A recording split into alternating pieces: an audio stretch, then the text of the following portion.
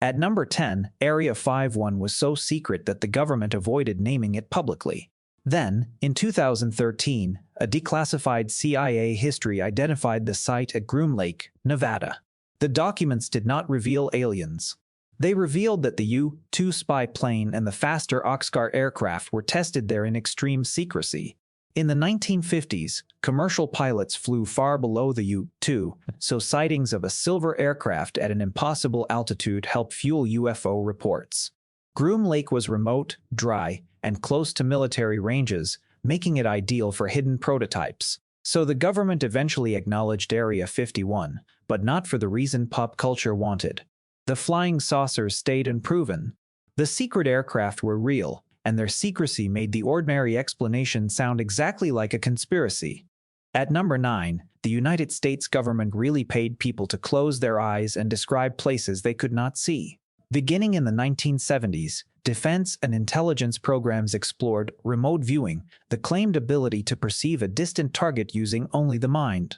The effort eventually became known as STARGATE. Viewers sketched hidden buildings, objects, and locations while researchers compared their answers with real targets.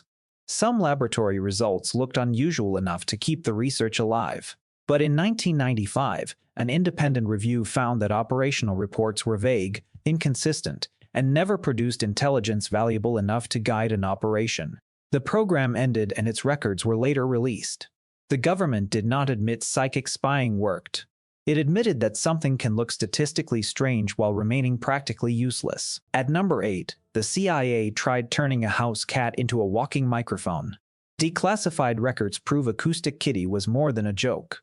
Technicians fitted it with audio equipment, hoping it could approach private conversations unnoticed.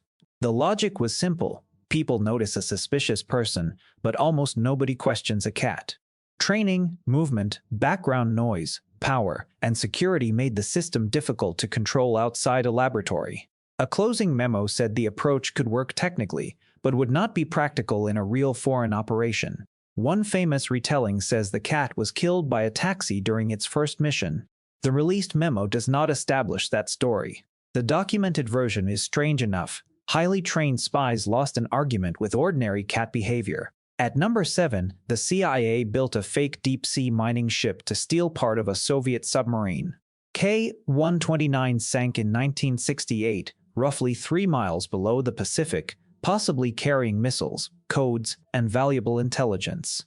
The Hughes Glomar Explorer publicly claimed to collect mineral nodules. Its hidden mechanical system was built to lift the wreck. In 1974, it reached the submarine, but part broke away during the ascent. The CIA later called the mission only partially successful. The recovered section included 6 Soviet sailors' remains, which were buried at sea. When reporters exposed the project, the CIA answered a records request by saying it could neither confirm nor deny the documents existed. The submarine slipped away, but that evasive sentence became government policy. At number 6, World War II ended, and a new contest began, recruiting German scientists before the Soviets did. The American effort, first called Overcast, became Project Paperclip.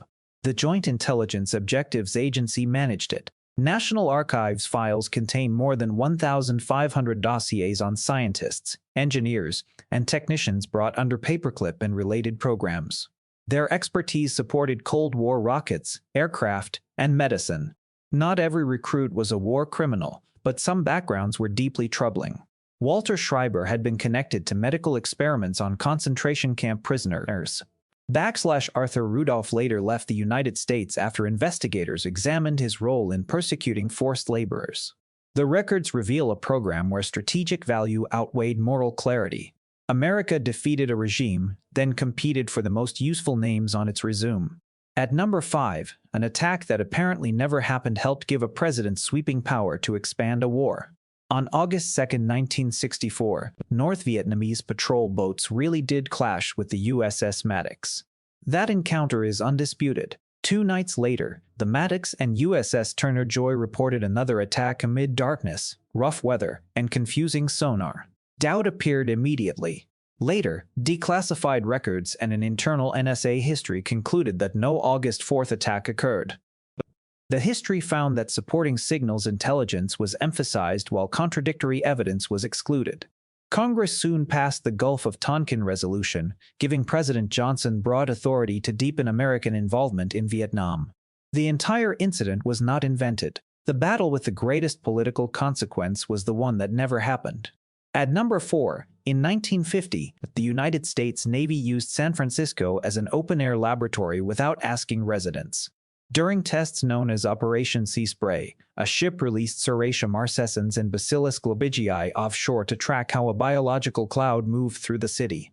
Officials then considered both harmless simulants. Samples proved the material crossed populated areas and spread inland. Residents were never informed or asked for consent. Soon afterward, a hospital recorded an unusual cluster of Serratia infections, and one patient died. The timing made the test infamous, but its role in those illnesses was never conclusively established. The test itself is undisputed, and later official reviews documented wider open-air simulant testing. The Navy measured whether a city could be reached. Its residents became part of the measurement. At number 3, one of the FBI's darkest secrets was exposed by burglars. COINTELPRO began in 1956 against the Communist Party, then expanded to civil rights groups, anti-war activists, black political organizations, the Southern Christian Leadership Conference, and Martin Luther King Jr. This went beyond surveillance. Tactics included infiltration, false information, anonymous letters, manufactured conflict, and efforts to ruin reputations. In March 1971, a citizens group entered an FBI office in Media, Pennsylvania, took files, and mailed them to journalists. The word COINTELPRO appeared in those records. The FBI ended the program weeks later.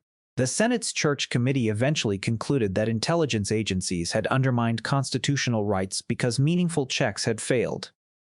A burglary revealed that the nation's top law enforcement agency had secretly attacked lawful political activity. At number 2, this never happened, and that is why the document is disturbing. In March 1962, the Joint Chiefs of Staff sent Defense Secretary Robert McNamara a proposal titled Justification for U.S. Military Intervention in Cuba. The plan, now called Operation Northwoods, suggested creating believable pretexts and blaming Cuba. Options included a fake terror campaign, sinking a refugee boat, real or simulated, faking an attack on a civilian aircraft, or blowing up an American ship and blaming Cuban sabotage. The goal was support for military intervention. These were proposals, not completed operations. Northwoods was never approved, and none of its scenarios was carried out under the plan. The frightening admission is not that officials did it. It is that ideas this extreme reached a signed Pentagon memorandum. At number 1, the darkest admission begins with a deliberately destroyed archive. The CIA approved MKULTRA in 1953 to study drugs and methods that might influence behavior, interrogation, memory, or resistance. LSD became its best-known tool. Some participants knew, others did not know they had been drugged. Using outside researchers and front organizations, CIA money reached universities, hospitals, prisons, and foundations without always revealing its source. In 1973, Director Richard Helms ordered major files destroyed. 4 years later, employees found surviving financial records, triggering new Senate hearings and exposing more of the network. None of this proved reliable mind control was achieved. It proved the agency pursued the idea, crossed consent boundaries, and erased much of the trail, leaving even the government unable to reconstruct everything that happened.